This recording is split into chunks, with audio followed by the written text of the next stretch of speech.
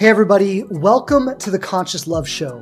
Whether you are single, you are in a relationship, or you're healing a broken heart, this show is here to inspire you, to remind you how beautiful, lovable, and amazing you truly are, and to give you the practical tools and insights to navigate from wherever you are right now to the loving relationship that you so deeply want to have. My name is Shane Kohler. I'm a certified transformational coach and trainer with over a decade experience helping people release their trauma and open their hearts to love. I've delivered seminars all over the world, coached thousands of people through my online platforms and programs, and every week I'm coming straight to you with the hottest insights and the best teachers around, bringing you powerful resources and profound conversations to heal your relationship with love, dating, and yourself. I'm so grateful you're here, and if it's your first time, welcome. You can count on me to always show up for you with my very best and a commitment to learn and grow myself so I can serve you to my maximum ability. Thanks so much for tuning into the show. I've got some awesome things planned for you today. So without further ado, let's dive in.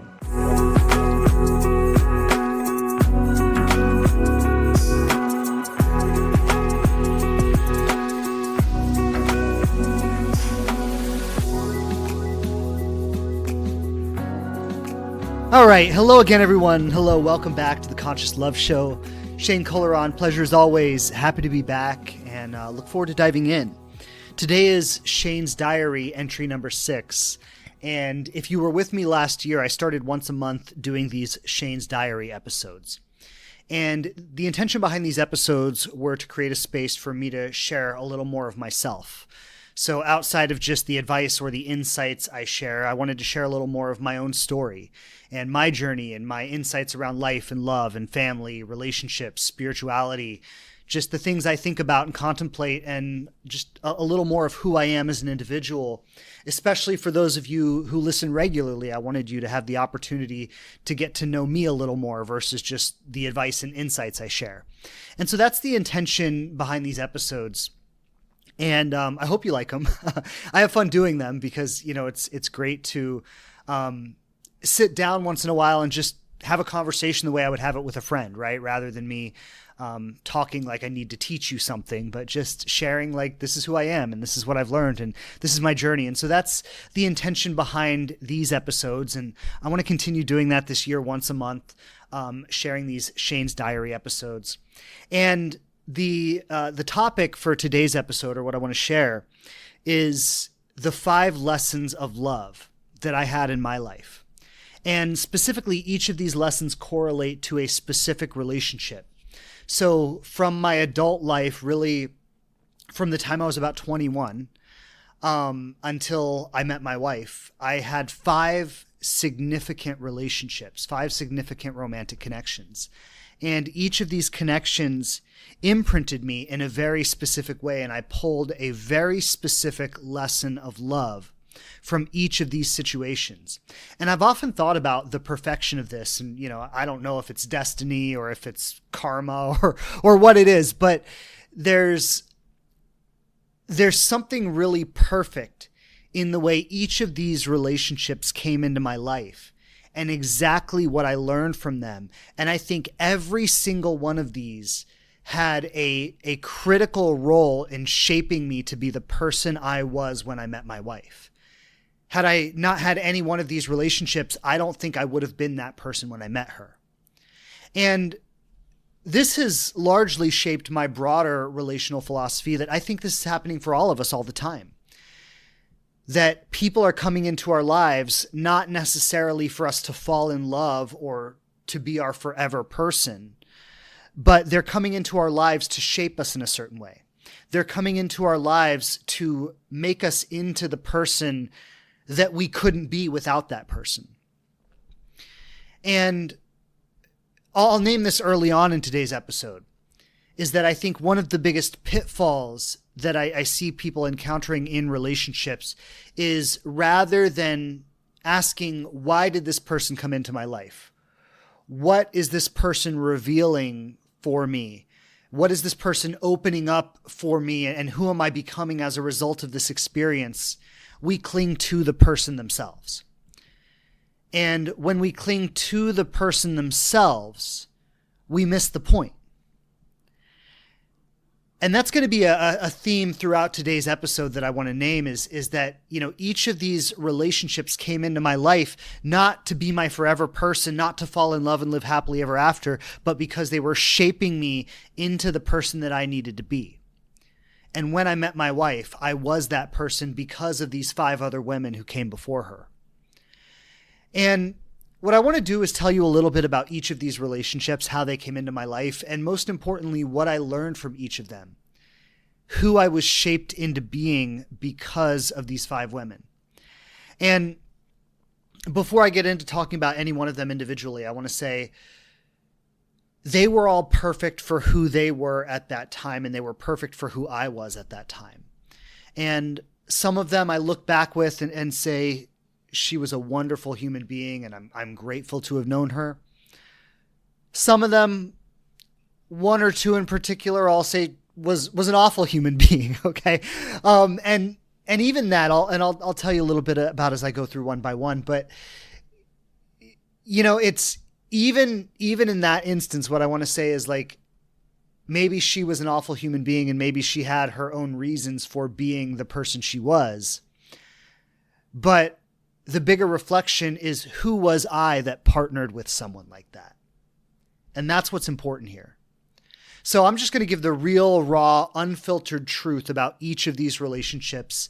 And what I really want to land today in today's episode are the 5 lessons of love that I gained from each of these 5 relationships, and the way that these lessons shaped me into the person I was when I met my wife, and largely even the person I am today.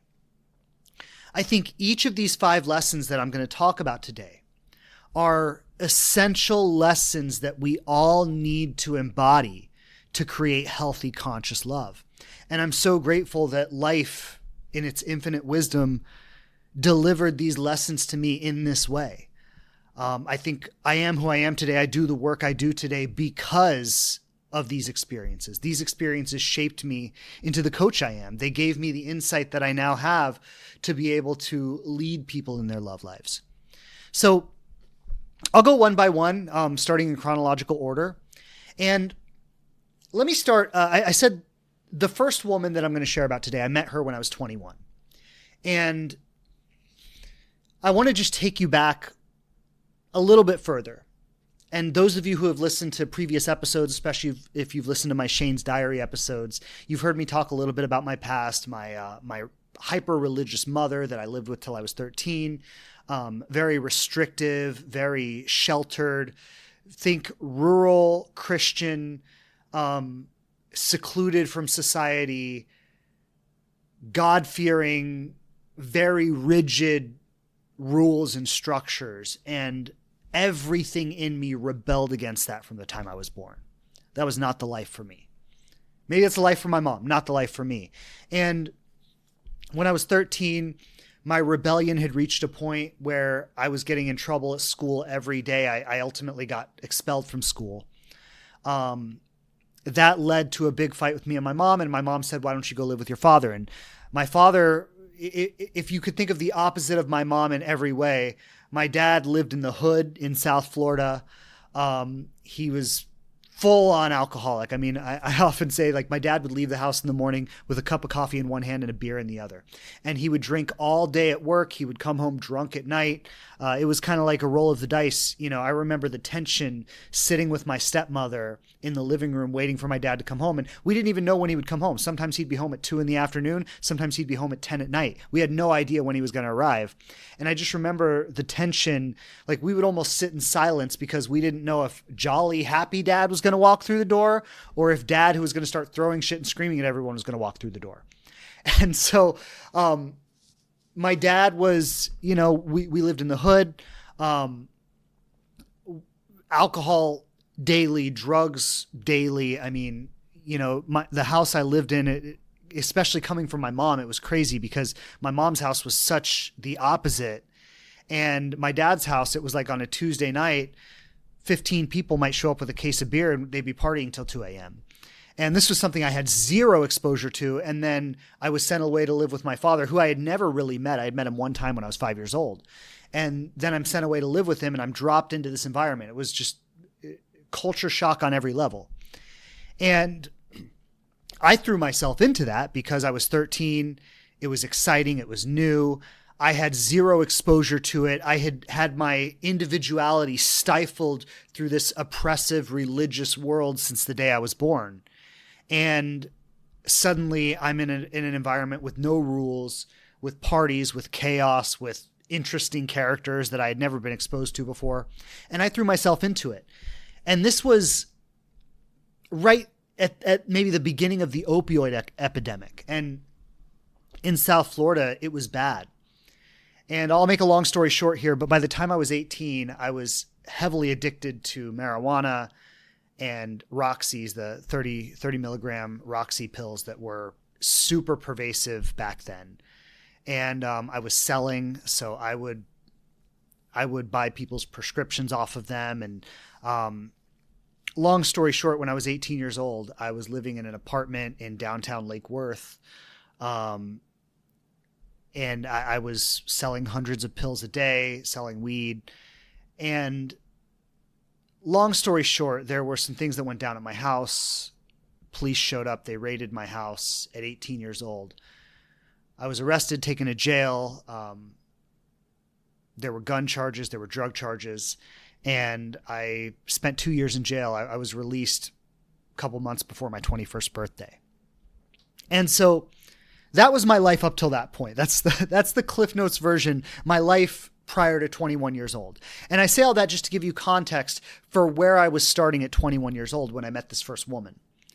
And if I could give you context for where I was, what do I say? I was alone. My dad had left the state while I was in jail. I had no family. My friends had all kind of moved on, and really I was trying to stay away from my friends because they weren't the kind of people that I was trying to get involved with. Like I was trying to turn my life around, right? And my friends, those who did not die or go to jail were still living the life. So I mostly distanced myself from all of my friends. I saw a couple of them shortly after I got out and said, I just can't be part of this. I was jumping around from a few jobs, just literally trying to survive. I did phone sales for a while. And I ended up getting the most stable job I had during that time of my life, which I actually held this job for 4 years, longest job I ever held until I started my own business. But I was working for this man for 4 years. He's actually a great guy. He really helped me get on my feet during those years. And I was doing pool service. So cleaning swimming pools, which in Florida, everybody has a swimming pool. So I was cleaning swimming pools, and he gave me a truck. He gave me a trailer full of tools and chemicals. And I would spend the day driving around, listening to music, listening to podcasts. And I would go and I would clean people's swimming pools. And I would do that for, 10, 12 hours a day, 6 days a week. And this first woman was someone whose swimming pool I cleaned. That's how I met her. So at the time I was 21, she was 40. So she was 19 years older than me. She would sit out on the deck while I was cleaning the pool, and we would talk, and I could sense there was some attraction there. It got to the point where every week when it would come to her house, I would get excited. Like, I hope she's there. I hope she's going to walk out and talk to me. And eventually I got to the point where I said, hey, do you want to go out sometime? And she said yes. And we went out and we got to talking. And turns out we were both in recovery. So she was in recovery for drugs and alcohol, and so was I. And we ended up bonding over that. And we started a relationship, and we were together for almost a year. Now, when I said one of the people one of the women one of these 5 women was an awful person, and she was the one. And I want to give some context for this because I don't just gratuitously talk badly about people. So when I say she was an awful person, let me give some context. She was not, let me say this. She was a little girl who never got the love that she needed. Let me put it that way. She was the daughter of a billionaire who had pretty much been exiled from her family. Her mom put her up in this house, the house that I was cleaning the swimming pool. Her mom put her up in this house. Her whole life was paid for. She didn't really work. She didn't really have anything like that. But she was like the black sheep of the family because of drugs and alcohol, and she had basically been exiled from her family. She wasn't allowed to go to the family house. She wasn't allowed to go to family gatherings. She was just had basically been outcast from her family. And she had a caretaker who lived in the house with her, and the caretaker would basically micromanage every aspect of her life. She would have her on the schedule and tell her where she could go and what she could do. And it was brutal, the conditions that this woman lived under. And so when I say she was an awful person, she was, especially in the context of trying to have a relationship with her. It was awful. But let me say, like, God bless this poor woman who had to live the life that she lived. She was understandably miserable given the conditions of her life. And I entered her life a naive young man who had severely wounded self-esteem. You know, I've shared often about my first breakup when I was 16 years old, where I fell deeply in love with my high school girlfriend, first love of my life. And she cheated on me, broke up with me, blindsided me. And it was devastating to my whole identity. Like I went through an existential crisis at 16 years old. I had no idea like what was even happening to me, but the pain I felt was unbearable. And the only thing my father had to say about it was, "You want to smoke some weed?" And my dad gave me some weed, and he assumed that would fix the problem.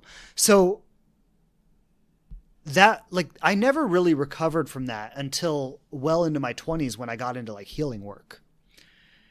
And I was just carrying this like deeply wounded identity. And I think that, you know, drugs were already a part of my environment, but I think I really went full in with them after this breakup when I was 16 years old. That's when I started getting into harder drugs. It's when I kind of gave up on life. Like, and you know, this was too much pressure for a 16-year-old girl. I don't blame her, but she was like the one thing kind of holding me together. And of course she didn't deserve to hold that, right? That wasn't hers to carry, but she was like the one seemingly secure attachment I had in my life. And when that relationship failed, it crushed me. And I say this to say that when I met this woman at 21 years old, I hadn't really recovered from that. And so my self-esteem was shit. I was just grateful that someone wanted anything to do with me.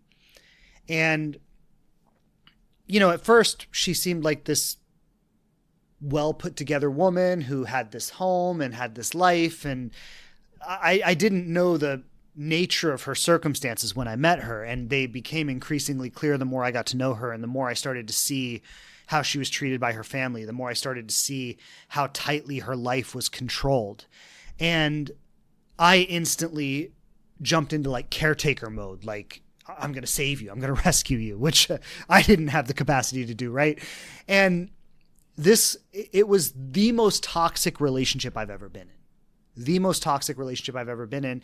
And I don't even want to go into details about it because I don't want to say things that are going to make her sound like a horrible person, but she did a lot of fucked up things.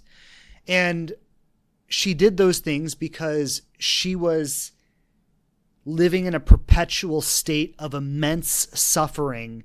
And I inserted myself into that state. And this brings me to the lesson that I want to share and what I really learned from her is that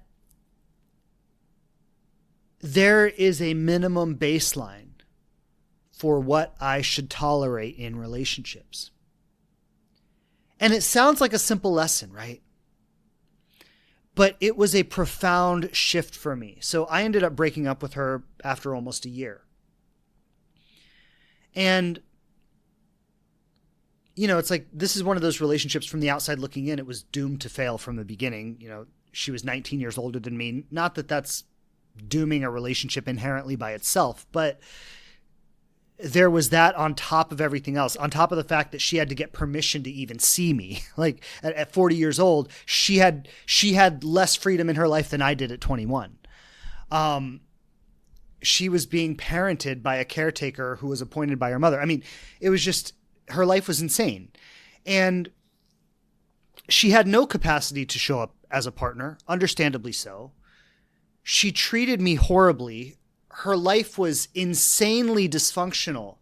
And my instinctive response to all of this was to try to fix it. And I'm saying this because I know I'm not the only one who has lived this. I know many of you listening right now have lived the exact same thing. You ended up with somebody who was a narcissist or somebody like that. And rather than recognizing there's a minimum baseline that I deserve in a relationship and I'm not stooping lower than that, you dropped yourself lower and lower and lower and lower and lower and did everything you could to try to fix this and hold on to the relationship. And that's exactly what I did.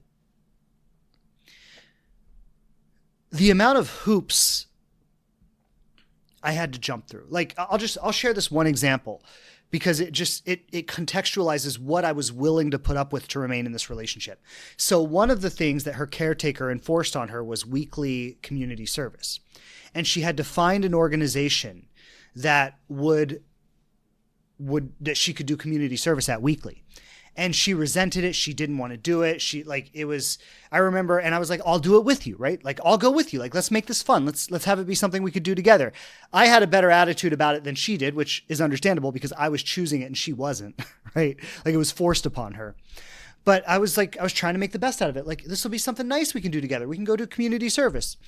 And it didn't work out. But so it got to the point where she had such a bad attitude about doing the community service that doing it together didn't work. And so what I did was I got a friend of mine who worked for a certain organization to sign her papers to say she was doing the community service. And her car had a GPS tracker on it. And so what she would do is she would go to the place, she would park her car so it looked like she was there on the GPS. I would pick her up in my car. We would go out for a few hours, do whatever. My friend would sign her papers, and then we would act like we were doing community service together. And that's just one thing among many, but these were the insane hoops I jumped through to try to hold this relationship together. And I want to share one more story because I think it's super potent. There's no pretty way to say this, but I caught her smoking crack in the bathroom. I went over to her house. She was in her bathroom. I walked in. She was smoking crack out of a soda can. And, for me being in recovery and I was trying to get my life together and now here's my girlfriend smoking crack. It was devastating for me, but I share the story because I want to share one particular insight. I recently shared this on a client call. I remember the next morning I was walking my dog and I was in complete turmoil about the night before. I had just caught my girlfriend smoking crack and I was having a whole crisis about this. And I remember what I said to myself, which is insane when I think back on it. I said to myself, it's okay. I still have a girlfriend, even if she's smoking crack. And I want to share that because I think it highlights something so potent about where I was operating from at that time. I felt so unworthy. My identity, my self-image was so low that I needed it to be validated by the fact that somebody wanted to be with me, even if she was smoking crack. And that ultimately leads me to the lesson I learned from her, that it's fundamentally better to be alone when a relationship doesn't meet the minimum baseline. And again, I know that sounds basic. A lot of you listening are probably like, of course. But it was revolutionary for me at that time. Because my image was, and this probably has everything to do with not having recovered from the breakup when I was 16 years old and having my identity defined by the fact that my first love rejected me and cheated on me. And this thing that if somebody would choose me, that would make me good enough. And even though she was smoking crack, even though she was super dysfunctional, even though her life was so unstable that she couldn't reasonably hold any kind of a real relationship, the fact that she was still choosing to be with me made me feel good enough.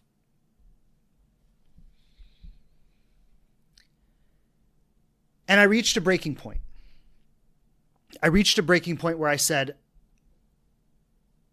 I would be better alone than being in this relationship. And I ended it with her.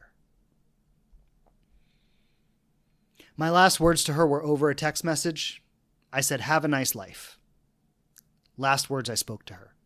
She never replied to that text message. We never spoke again. Except, I don't know, maybe 10 years later, I ran into her in Delray Beach. And I remember she goes, "Shane?" And I was like, "Oh my God, it's you." And my whole body like froze. And I was like, I need to get out of here as fast as I can. It was, but that was a very short interaction. And I basically ran. I didn't literally run, but I said, "Hi, hope you're well." And I left quickly. That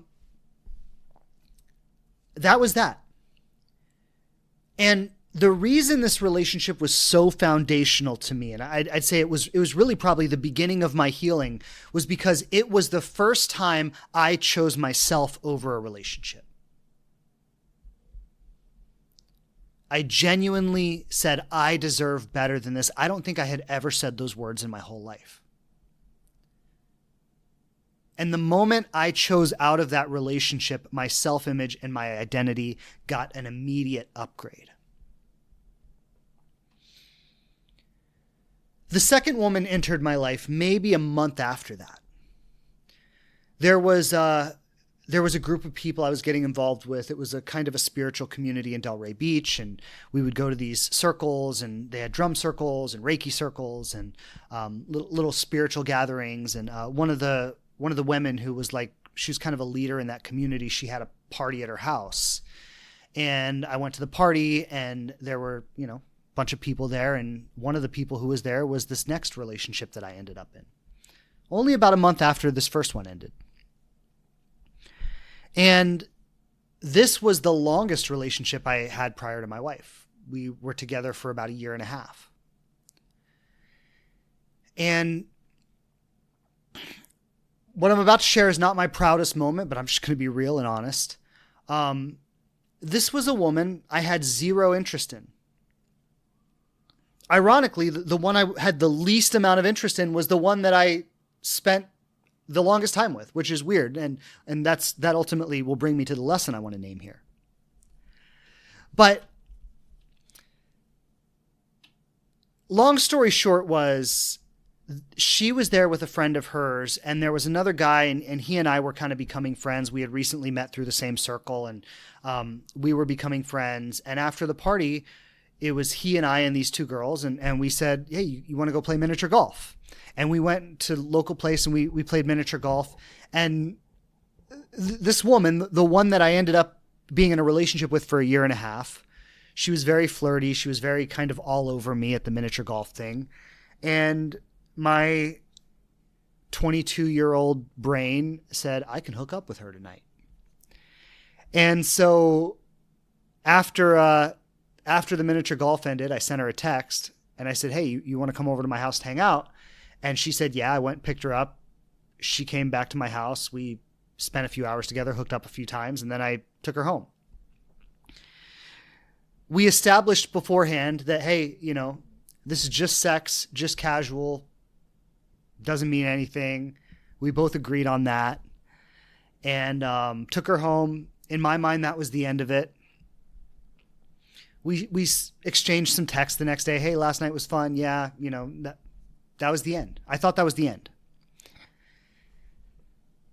About a week later, she starts showing up in the circles and the groups that I was part of. She had never been there before, but now she starts showing up. She wants to hang out. She wants to hook up again. She wants to continue this, whatever this is that we had done. And me at the time didn't have much going on, didn't have super high self-esteem. I said, sure, why not? And,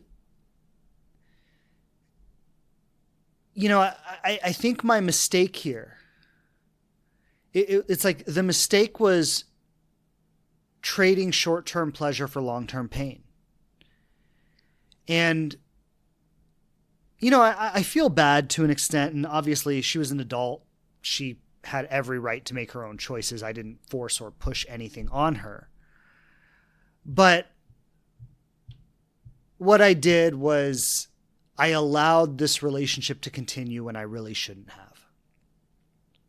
I should have been honest much earlier than I was. I'm not interested in any kind of long-term partnership here. I don't want to be with you. And I let the convenience, I let her availability, I let all of that take me. And we ended up in a real relationship that lasted a year and a half that I never really wanted to be in. And it was one of those relationships that, like, let me say this, we had some fun together. And that was maybe the part that kind of fucked with my head, was like, we had a lot of fun. We went to like Universal together, and, we did a lot of things together, and we had a good time together, and we never fought. And in my mind, I'm like, I don't really want to be with her. And yet this is like the best relationship I've ever been in. We never fought. We have fun. It's like, it's all good. And so part of me was kind of like, why am I going to ruin something that's so good? And it's like, well, I'm not in love with her. I don't really want to be with her. I don't see her as the kind of person I would want to be with. I'd say we were more like friends who were having sex with each other, but it was a self-betrayal the whole time. And as much as I was betraying myself, she was building a dream about what this was going to be. And the whole time we were in this relationship, there was a stated agreement. We're just hanging out. We're just like friends with benefits. We ultimately, at a certain point, did end up calling each other boyfriend and girlfriend just because we had been together for so long. But the nature of our relationship never changed.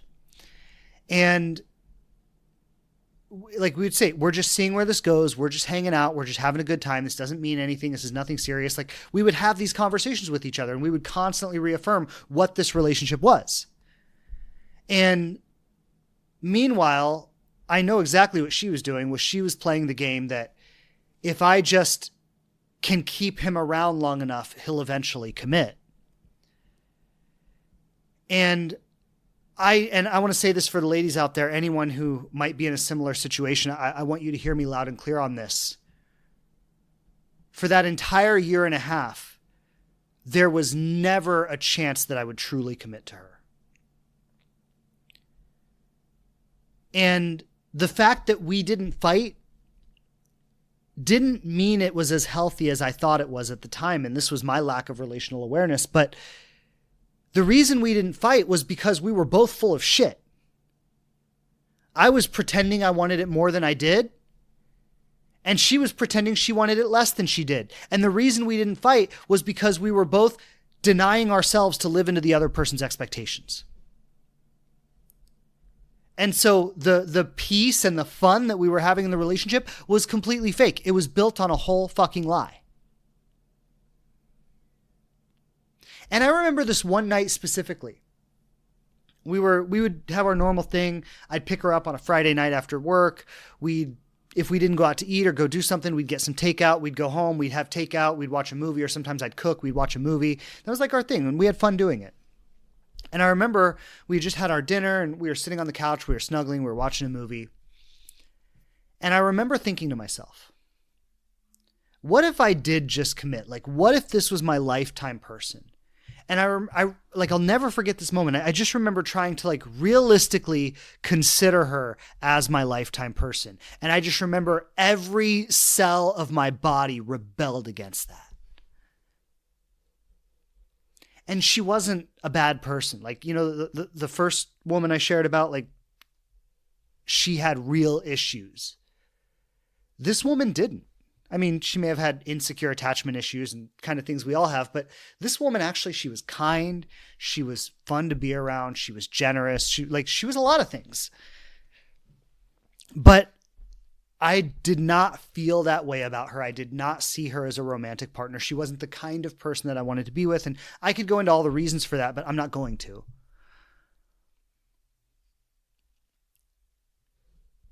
But the reality was that I could not ever realistically see myself with her, and I let it go on way too long.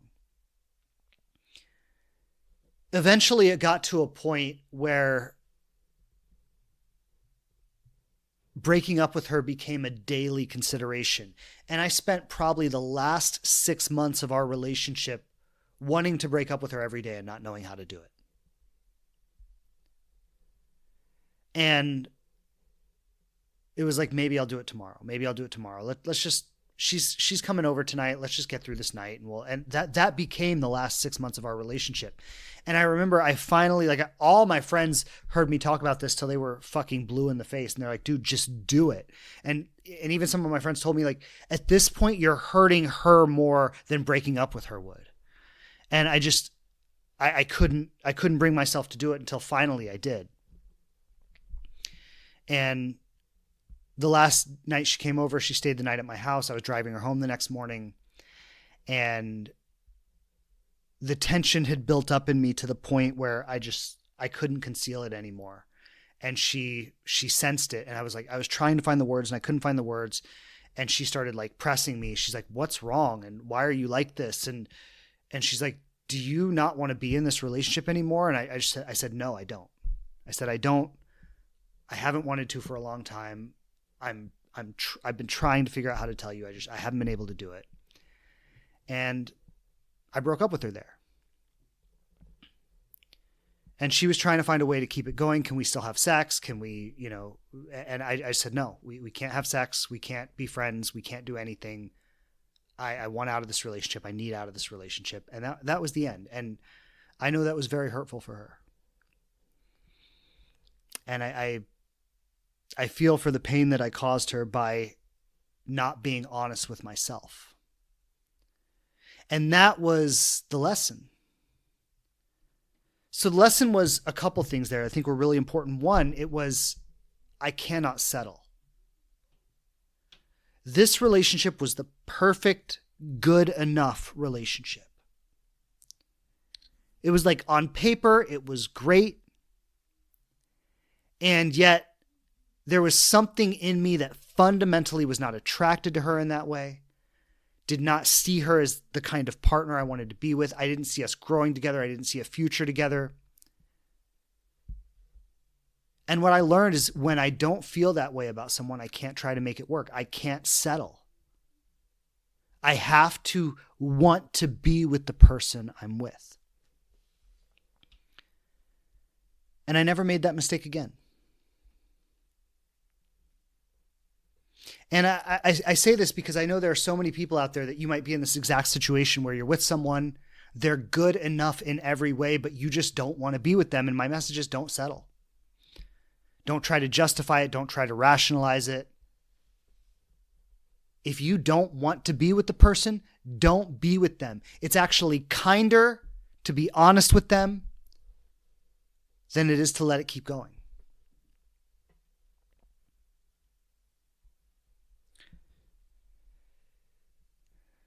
The next woman, my third big love lesson, and this was maybe one of the biggest, short relationship, maybe a month long, very short. Also, ironically, I'd say this is the second biggest heartbreak of my life. Second to the one I went through at 16. This woman was sharp contrast from the one I didn't want to be with. This woman was everything I wanted. Like if I had wrote my perfect person down on paper, and let me be clear, when I say my perfect person, not the deep qualities way, but the superficial qualities, she was it. She was everything I thought I wanted. And she was married. And we had met through a seminar that we were both doing, and we had been in this 3-month coaching program together, and there was a whole team of us. There were like 30 of us who were in this coaching program together, but she and I really bonded. And I remember like we would talk and we would text a lot, and we would go on like walks on the beach at night, and we really bonded through this coaching program. And one of the rules in the coaching program was you couldn't have romantic relationships with other people in the program. And on the last night, the very last night of the program, we broke that rule. We were at the retreat that was the end of the program. We ended up spending the whole night together talking, and we kissed, and then the next day we graduated. And after we graduated, we ended up going out together, and we started this month-long secret affair. For her, and I think she genuinely liked me. I do. Like I don't think anything she felt was fake. I think we genuinely had a real heart connection. And I think she was clear from the beginning that it was never going to be more than a secret fling. She wasn't going to leave her family. She wasn't going to leave her husband. She felt super guilty and tortured about it the whole time. And I started pressuring her to like be honest with her husband about how she felt and to start to work her way out of the marriage and, you know, assuming that we could be together. And I was naive, thinking that this could work in any meaningful way. And it was one of those things where, you know, we were overtaken by strong attraction and hormones and all of that. And the way we felt was completely out of line with reality. And the lesson that I learned from this relationship, and I think it's so important, was I learned that I could not compromise my integrity for a relationship. And that was something that I had kind of had as a theoretical model before that. Like, I would say like, oh, I would never cheat, or I would never want to be with someone who was cheating on their partner. And when that situation came about,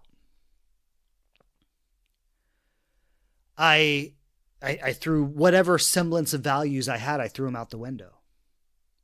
And I did all kinds of mental gymnastics to justify it. Oh, well, you know, she's not happy in her marriage, and this is actually her being in integrity with her truth. And, you know, I said whatever bullshit I had to say to make it okay. But the reality was, and this was the lesson I learned from it, was that I need to have integrity. She's secondary. I need to have integrity. I need to have boundaries. And what I really internalized was that any relationship that started out of integrity would not build integrity later. That was fundamental. And I think that was so pivotal in shaping my frame of relationships. And I didn't even know that about myself. Like, I thought I had integrity. I didn't know that I would throw it out based on feelings. I didn't know that until it happened.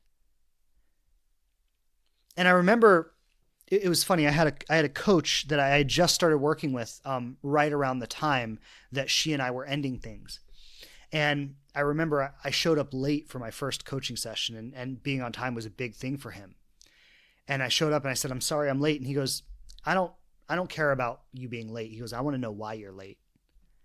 And I said, "Okay, well, right before I was getting ready to leave, I got a call from someone who's been taking up a lot of space in my life lately. And I took that call, and that's why I'm late."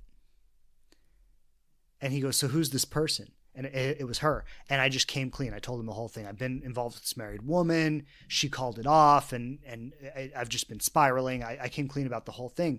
And that's what actually sparked this conversation where he started to challenge me on my integrity.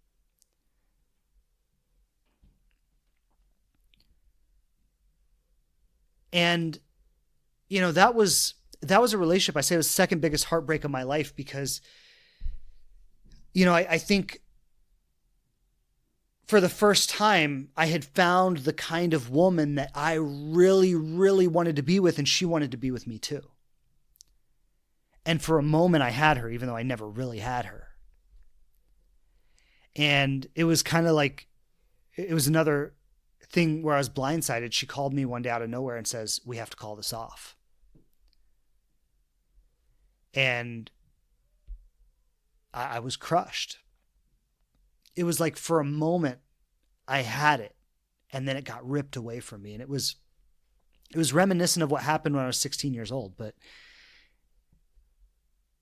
it was a brutal heartbreak. And I grieved her for about a year.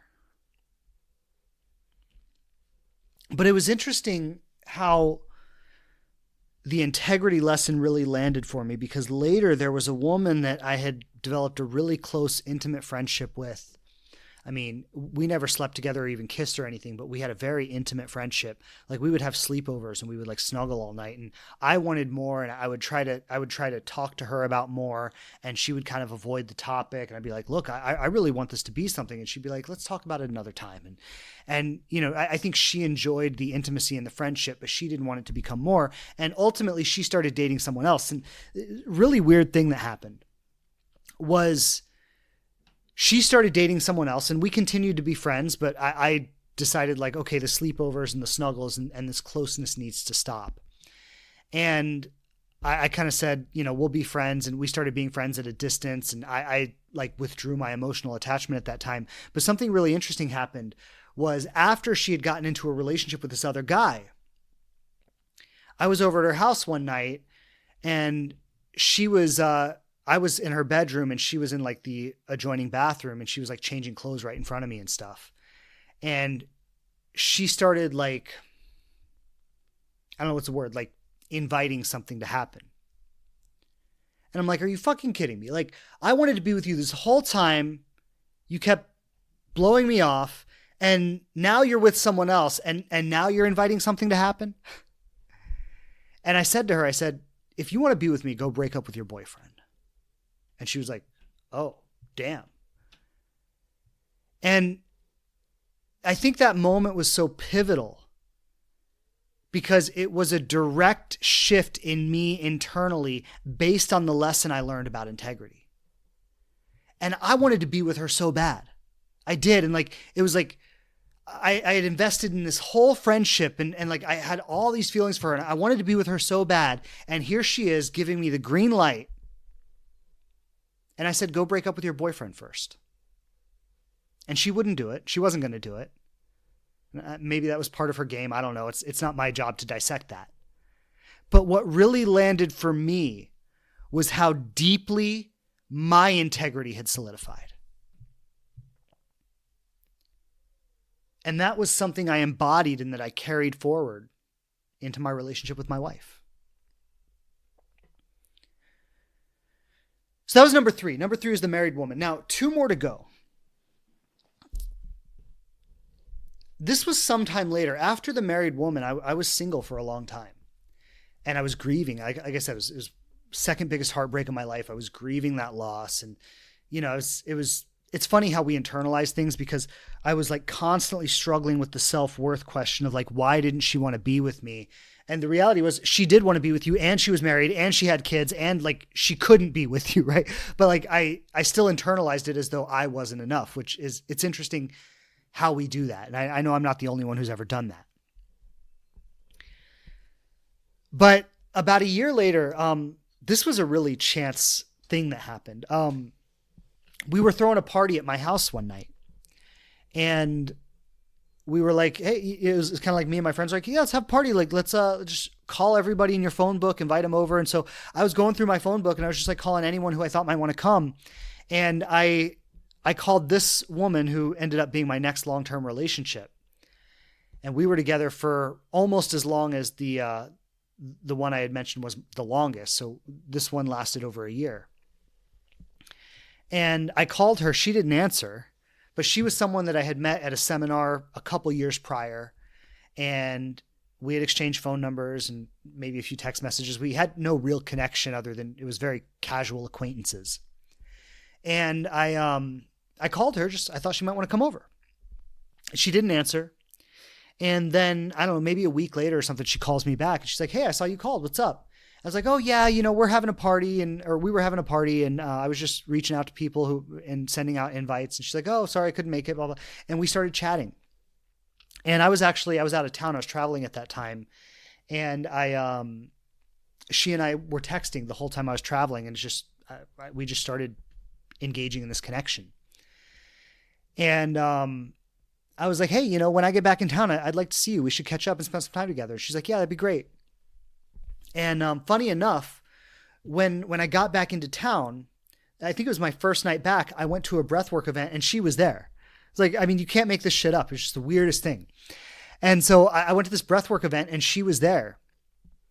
And I was like, hey, after the event, I was like, why don't you come back to my place? We'll hang out for a little bit. And she did. We didn't hook up or anything. Nothing happened. But she just came back and we were talking and hanging out. And it was great to hang out with her. And we continued texting from that. And I was like, hey, you want to catch a movie? And then we went to a movie. And a couple nights later, we went to the beach. And we ended up getting into a relationship. And this was the second longest relationship. And this woman I was very attracted to. I really wanted to be with her. And there was a lot there that was not okay. But I couldn't see it at the time.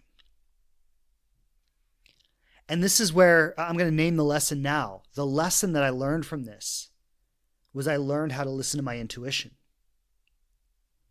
Because, like I said, there was a lot there that I couldn't see at the time. And yet my intuition was telling me to get out. And so let me name the story real quick. What happened? Together for over a year, in a lot of ways, a really great relationship. She was a great person. I mean, single mom. I loved her daughter. Her daughter and I had a great relationship. Her daughter was a wonderful young girl. We had a really great relationship. I'd say like we had a lot of fun together. Contrasting with the previous one where I said I knew from day one I didn't want to be with her. Like this woman, I really wanted to be with her. There was a lot of like push pull in this relationship. And it was really interesting because she had been married before and she was going through a divorce. And I think she was struggling with like wanting freedom and wanting autonomy, but also wanting to be with me. And so there were some weird things that happened. And I remember she was going on a work trip to California and she broke up with me right before the work trip. And she's like, I need to be alone right now. I need to find myself. I need my autonomy. I can't be in a relationship. And I don't know if she planned to go hook up with someone on that trip or what. Like, I don't know why she broke up with me right before the trip. But I remember I was devastated by that. It was like really heartbreaking. And she gets back from her trip. She starts calling me. She wants to see me again. And I was like, you can't just be calling me. And she's like, well, why not? I was like, you broke up with me. And she's like, I was like, you don't get to break up with me and then just start calling me. Like, leave me alone if you don't want to be with me. And she's like, well, I think I made a mistake. And we ended up getting back together, long story short. And I don't know, there was something from that point on, the point that we got back together on, I think I didn't trust her anymore. I think I had started to emotionally detach, which was really interesting because this flipped the whole dynamic where I think prior to that, she kind of had the upper hand in the relationship and I always wanted to be with her more than she wanted to be with me. And after the breakup and we got back together, it like flipped. I was kind of like halfway detached and she started to really want to be with me and like try to get me to stay. And I remember struggling with the feeling of wanting to leave her for a while. And there was this really weird, like I contrast this with the previous relationship because in the previous relationship, I never wanted to be with her. I was enjoying the convenience and the ease of it and the fun that we would have together and the companionship and the sex. And I was enjoying the nature of the relationship while not actually wanting to be in the relationship.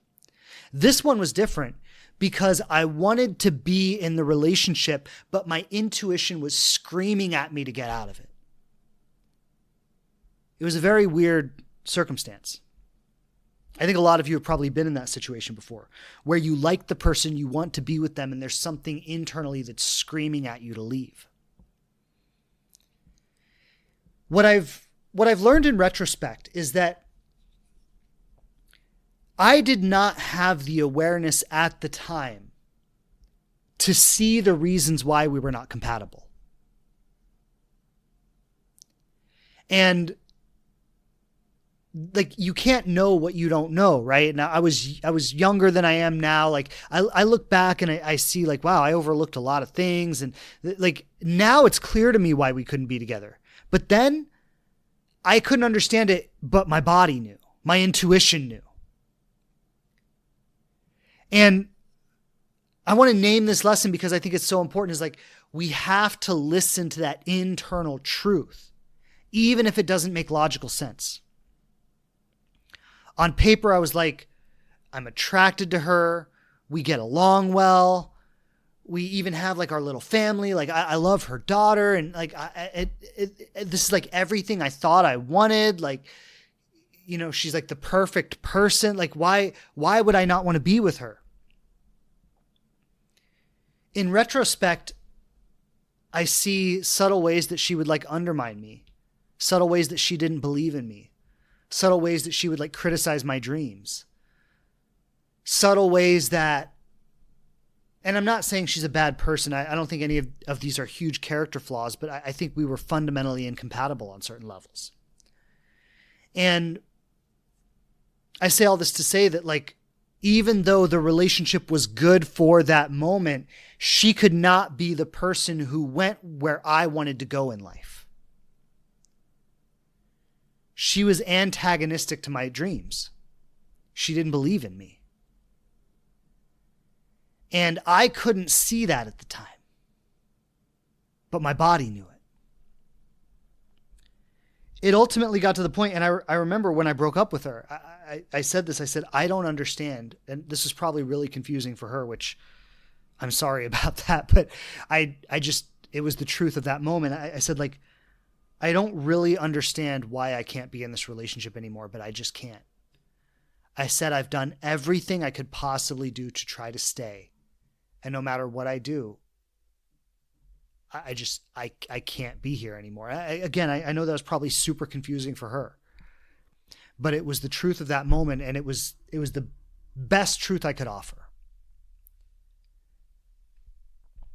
And she ended up being really heartbroken. I mean, it was devastating for her. And I remember like her just blowing up my phone and her going from, you know, crying and sobbing and asking me to come back to attacking me and criticizing me and calling me names. And she would vacillate from one to the other because she was just in such incredible pain over this. And that was heartbreaking for me because I truly cared about her. I didn't want to hurt her like that, but I had to listen to my truth. And that was lesson number 4. Lesson number 4 was, we may not always understand the reasons that we need to leave, but when our body says leave, we have to listen. It'll make sense in hindsight. Later, you'll be able to look back and connect the dots, but you have to listen to your truth. And not listening to my truth was crushing my soul.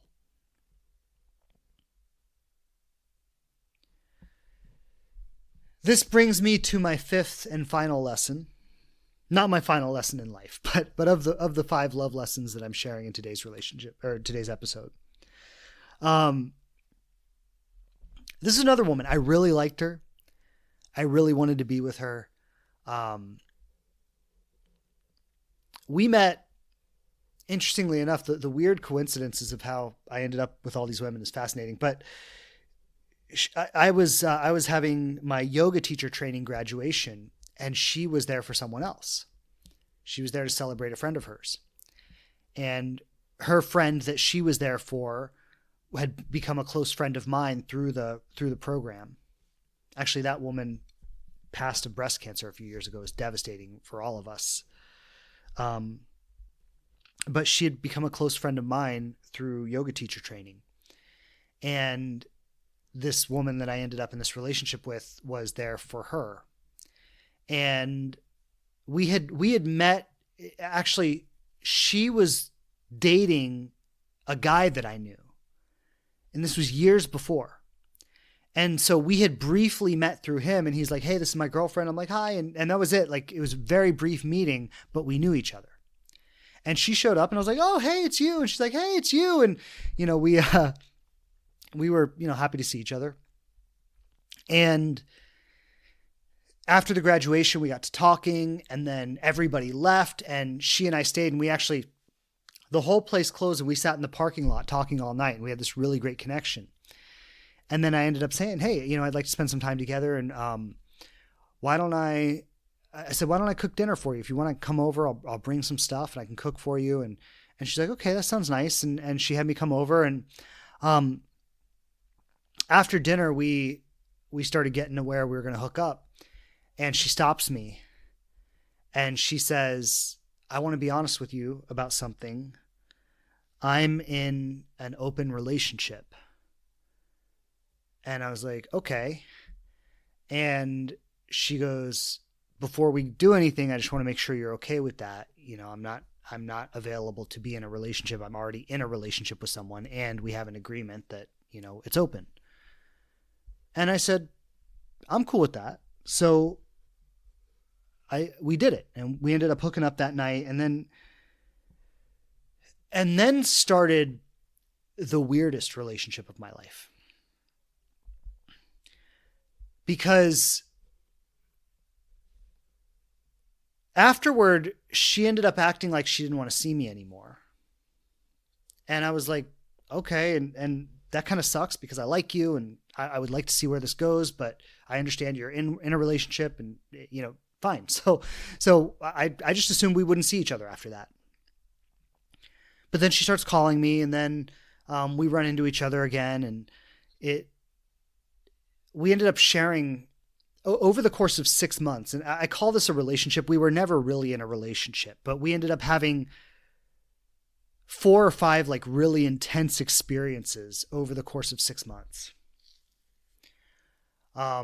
We went and got a cabin in the woods and took Molly together, and we went camping together, and we had like these really intense experiences, and she was initiating a lot of it. And to this day, I don't really know what purpose I was serving in her life, but she seemed to want this connection in very rare doses.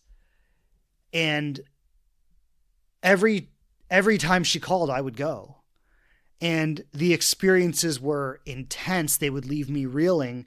And I remember saying to her at a certain point, like, I don't care if you're in an open relationship, but I just want to know that I can see you. And like, I don't like that you call me, we see each other, and then you don't want to talk to me for like a month. And then you call me out of nowhere and want to see me again. Like, if you're going to be in an open relationship, that's fine. But I want to have my own relationship with you. And if you're seeing someone else, I don't really care about that. And she was like, okay, well, maybe you and I could have an open relationship too. And I was like, sure, whatever. I just want to have a relationship. And anyway, this relationship was 6 months of like constant emotional turmoil. It was like these really high highs followed by these really low lows. And getting to the lesson here. The lesson was, I sacrificed what I really wanted for the person I wanted. And I think this is such a fundamental lesson. And this is kind of a theme that, you see even throughout when I look at the married woman, and it was something, but I didn't really learn the lesson until this point. I was willing to deal with months of emotional chaos, constant inconsistency, someone who would call me and want to see me one day and not reply to my messages the next day. Someone I literally felt like I had to beg her sometimes just to spend time with me. All to have the person I wanted. I didn't get the relationship I wanted, but I got the person for moments at a time. And I really liked her. I mean, she was attractive. She was intelligent. She studied A Course in Miracles just like I did. We would have long, drawn out conversations about A Course in Miracles. She was into like personal development work, and we would listen to like podcasts together and discuss them. And we had this really heated charge between us. I mean, there was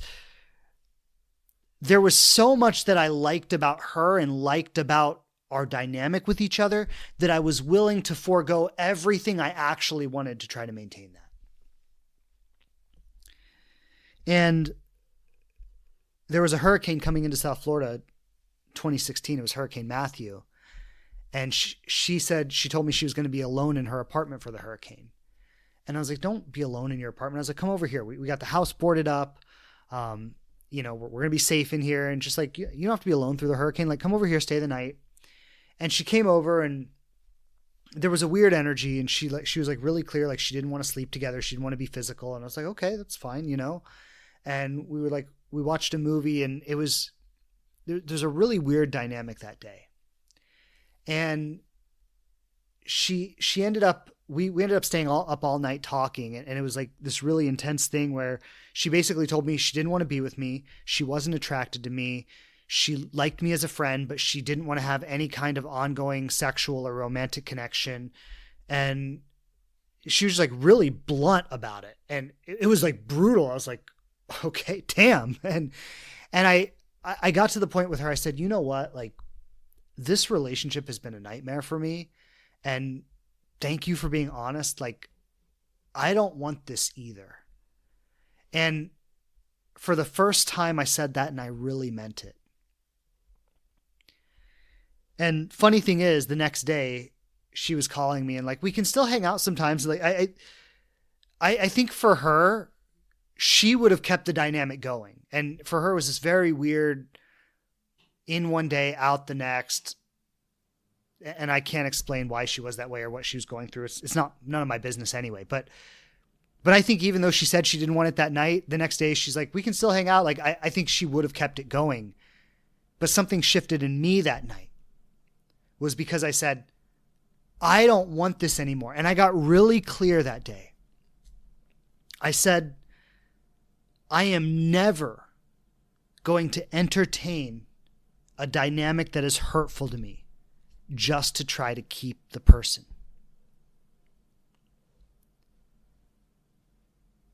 And that was a complete rewiring to my relational system.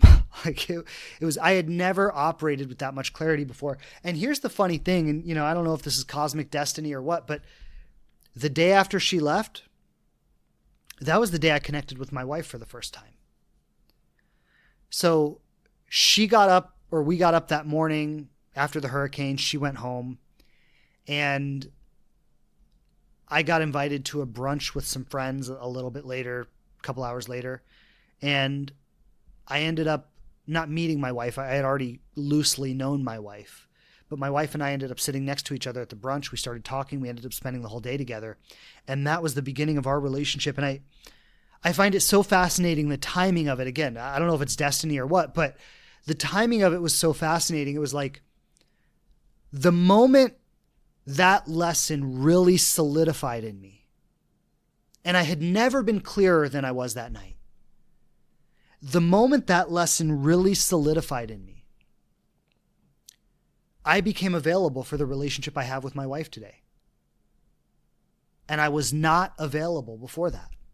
I just wasn't. So do with that what you will. Is that destiny? Is that karma? Is that vibrational law? I don't know. It's fascinating is what it is. I find it fascinating that the moment I became truly ready, the moment I integrated that final lesson, my wife was right there and she stepped right into my life. And I'm not saying that's universally true for everyone, but I wonder, and this is a question I'll pose to the listeners. I wonder if your person is right there in your life somewhere, just waiting for you to learn that final lesson and be ready for them. Something to consider. I don't know. Food for thought. Anyway, these were my 5 love lessons. Each one brought to me by a beautiful human being in their own unique way who showed up in my life at the perfect time to help me learn exactly what I needed to learn about love and, most importantly, about myself. I'm going to name them all one more time. First one, there is a minimum standard of what I will accept in a relationship. There is a certain level of toxicity when we get to the narcissistic level. Like, there's a certain level of toxicity that I do not have to deal with ever. That was the first lesson. That it's better to be alone than to be in a toxic relationship. Lesson number 2. I can never settle for convenience or ease. Just because the person's good on paper, just because we get along well, just because a lot of my needs are met, just because it's easy and it's simple, I can't settle for someone when my heart is not in it. That I can't settle for someone that I don't genuinely want to be with. The third lesson, integrity. A relationship that does not begin with integrity cannot end with integrity. And I can never sacrifice my integrity in order to be with someone. That is fundamentally me diminishing myself in order to be with someone else. Number 4. Sometimes my intuition will know more than my mind does. Sometimes I will know something without knowing how I know it, and I need to listen to it. And if I wait until it makes logical sense, I'm only going to hurt myself. The lesson is I have to trust my intuition. I have to trust what I know is true, even if I don't know how I know it's true. And that last lesson, I can never sacrifice the relationship I want for the person I want. If those two things don't come in the same package, it's incompatible. I can't twist myself inside out trying to make it work just because the person is that great. If that great person can't also offer a great relationship, it's a relationship I can't be in. These are the 5 lessons. I'm grateful that each one was brought into my life in such a potent, visceral way. I'm grateful that I had the awareness and the opportunity and the coaches and the support around me to help me learn these lessons. And I hope that these stories and these lessons, that they offer something to you. So as always, thank you for being with me, everybody. Hope you enjoyed Shane's Diary entry number 6.